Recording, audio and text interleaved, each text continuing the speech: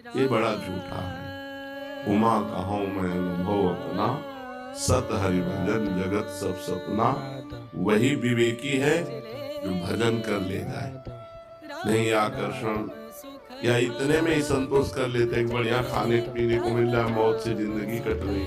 नहीं, जिंदगी काटने नहीं आए, हम जिंदगी में कुछ करने आए हैं। क्या करने आए हैं? उन्नति। कौन सी उन्नति? जो परिणाम में उन्नति। मान लो आप यहाँ बहुत बड़े पद पर चले गए, मृत्यु हो गई तो पद भी गया। हमको वो बात पकड़नी है जो मृत्यु के बाद हमें मिले। मृत्यु के पहले तो सब झूठा है। शरीर छूटने में सब छूट जाएगा तो सब झूठा है। मृत्यु के बाद आपका कर्म आपके साथ है। अच्छा कर्म, बुरा कर्म या भजन। भजन करो तो अच्छा बुरा दोनों को मिटाकर भगवान की प्राप्ति हो गई। तो कम से कम हमसे बुरा कर्म तो न बने। तो इसके लिए हमें बुद्धि चाहिए, और बुद्धि बिना भजन के शुद्ध होती नहीं। इसलिए बड़ा कलह मचा है। जब संसार का हमें कुछ दर्शन होता है तो लगता है ऐसा संसार है, थोड़ी थोड़ी बात के लिए। दूसरा पुरुष मिल गया, पत्नी ने अपने पति को जहर खवा दिया बड़ी चालाकी से। अगर भजन नहीं है तो बुद्धि शुद्ध नहीं है। बुद्धि जब तक भगवान के चरणों का चिंतन नहीं होगा तब तक ये नष्ट करती रहेगी। अगर भगवान का भजन नहीं है तो आप गृहस्थी में भी प्रेम पूर्वक नहीं रह सकते। वासना ही तो है। जब अपने पति में संतुष्टता नहीं तो विश्व में संतुष्टता नहीं होगी, चाहे जितना पाप कर ले। जब अपनी पत्नी में संतुष्टता नहीं तो विश्व में चाहे जितनी स्त्रियों के साथ वो सब पाप करो। तो बुद्धि शुद्ध करने के लिए अगर नाम जब सत्संग है तो बुद्धि शुद्ध हो जाएगी, नहीं तो घोर अशुद्ध होती चली जाएगी। और अशुद्ध बुद्धि ऐसी जगह फंसा देगी जहां लाभ नहीं। भजन के बिना राक्षसी भाव पर शासन नहीं हो सकता, और राक्षसी भाव सबके अंदर है। सुमति कुमति सबके उर रहे। सबके हृदय में सुमति है और कुमति है। सुंदर बुद्धि है और असुंदर बुद्धि, राक्षसी बुद्धि है। यदि हम सत्संग सुनेंगे, नाम जप करेंगे तो सुंदर बुद्धि की वृद्धि होगी, और वो हमको अनुभव कराएगी कि संसार में सब कुछ झूठा है। फाइनल में देखो तो सब कुछ झूठा है, लेकिन कोई मानने के लिए तैयार नहीं कि झूठा है। एक एक रुपया, एक एक वस्तु ऐसे सजो सजो के, सीमेंट ऐसी आनी चाहिए कि कल्प तक विनाश ना हो। वो अपना मरने के लिए तैयार है, उनका कुछ पता नहीं। क्यों? बड़ा संसार में क्लेश ही क्लेश है। आप लोग बचे हुए धाम में हो ना, इसलिए असत संसार में भजन बहुत आवश्यक है, बिल्कुल आवश्यक है। जैसे जीने के लिए श्वास आवश्यक है, ऐसे जीवन बिताने के लिए भजन आवश्यक है। यदि भजन नहीं तो बुद्धि कहीं भी बिगड़ जाएगी। और असाराम्य स्थिति उसे कहते हैं, मैं शरीर नहीं हूँ, मैं भगवान का जो स्वरूप हूँ, अपने स्वरूप में स्थित रहना। न तन से न मन से किसी से कोई मतलब नहीं। भक्ति में उसी को जो भागवती की स्थिति कहते हैं, वो भगवान के चिंतन में। हर समय भगवान के चिंतन में रहना चाहिए, नहीं धोखा है। कब मर जाए कुछ पता नहीं। एक गाय को इधर बांध दिया रोड के किनारे, और उसका गोबर उठा रही थी। एक ट्रक आया, इसमें आराम से अपने बच्चे को लिए जा रही, गाड़ी बहकी हुई आई।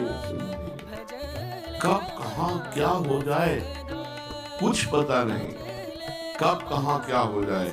इसलिए हर समय राधा राधा राधा राधा। ब्राह्मी स्थिति में नहीं हो तो भाव में, नाम में स्थिति में तो रहा जा सकता है।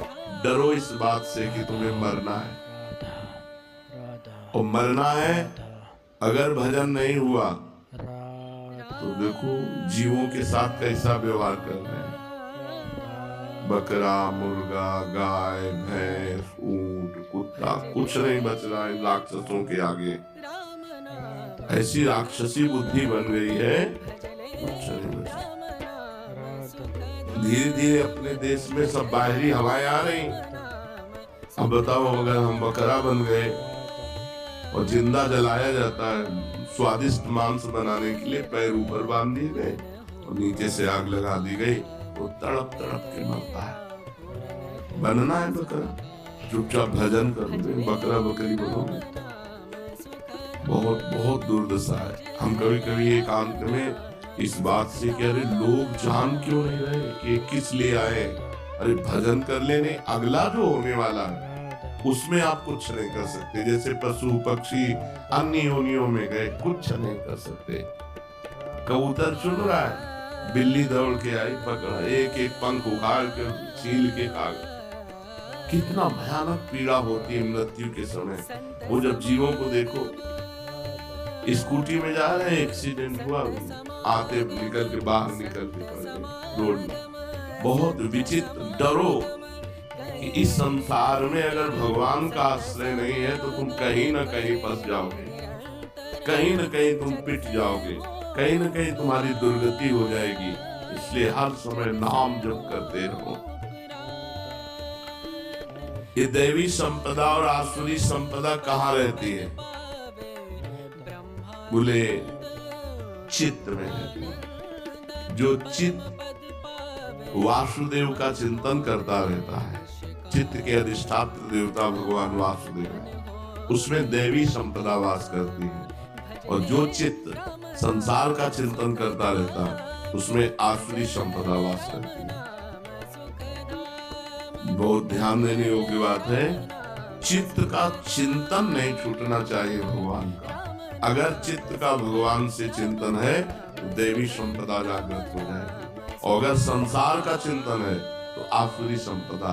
आज प्रायः लोग प्रश्न करते हैं, बहुत उद्वेगित हैं, चिंतित हैं, अशांत हैं, परेशान हैं। क्यों? क्योंकि संसार का चिंतन हो रहा है। देखो, 6 घंटा नींद में सोते हो तो कितना अच्छा लगता है, क्योंकि संसार का चिंतन नहीं होता। अगर जागृत में 6 घंटा संसार का चिंतन छोड़कर भगवान का चिंतन करो तो परमानंद में डूब जाओगे। संसार का चिंतन ही आसुरी संपदा है, भगवान का चिंतन ही देवी संपदा है। सारे सद्गुण उसके हृदय में आ जाते हैं जो भगवान का चिंतन करता है। ये आसुरी संपदा और देवी संपदा दोनों चित्त में रहती हैं। अगर चिंतन भगवान का अधिक तो देवी संपदा जागृत हो जाएगी, चिंतन संसार का अधिक तो आसुरी संपदा जागृत हो जाएगी। बंधन और मोक्ष क्या है? संसार के प्राणी पदार्थों का चिंतन करना ही बंधन है और भगवान का चिंतन करना मोक्ष है। तुम भजन कर रहे हो, अभी मुक्त हो, हर समय भजन करो।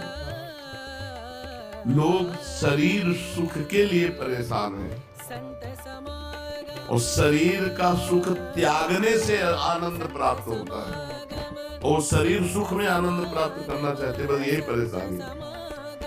जीते जीते सब आंखें खराब हो रही, कान खराब हो रहे, पता नहीं क्या क्या।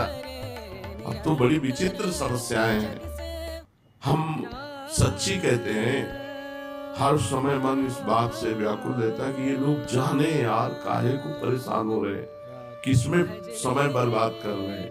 सबको समझना चाहिए हम आए किस लिए। एकमात्र केवल भगवान की चर्चा, भगवान का चिंतन करते हुए सांसारिक कार्य करते हुए। बंधन क्या है? संसार का चिंतन। मोक्ष क्या है? भगवान का चिंतन। संसार के प्राणी पदार्थ में ममता ही बंधन है और भगवान के चरणों में ममता मोक्ष है। तो ममताहीन कैसे बने? ममता शरीर में है, शरीर के संबंधियों में है, भोगों में है। कैसे ममता हटे? खूब सत्संग सुनो और भगवान का चिंतन करो, इसी से ममता चली जाएगी। सबकी ममता ताग बटोरी, मम पद मने बाग बर डोरी। भगवान की यदि चर्चा सुनोगे तो सब झूठा लगेगा।